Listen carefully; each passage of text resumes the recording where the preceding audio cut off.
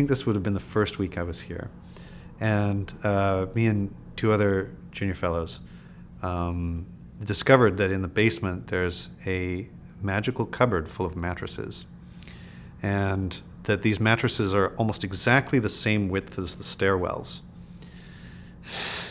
And we made a slide going down into the basement. And, it's late night, and we're sort of noodling around. Right, we're getting pieces of cardboard to slide down them like a toboggan. And, we're chattering and echoing and having a grand old time.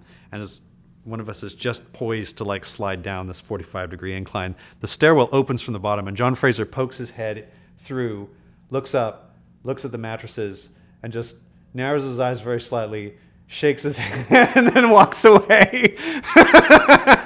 It was pretty good. It was a good moment.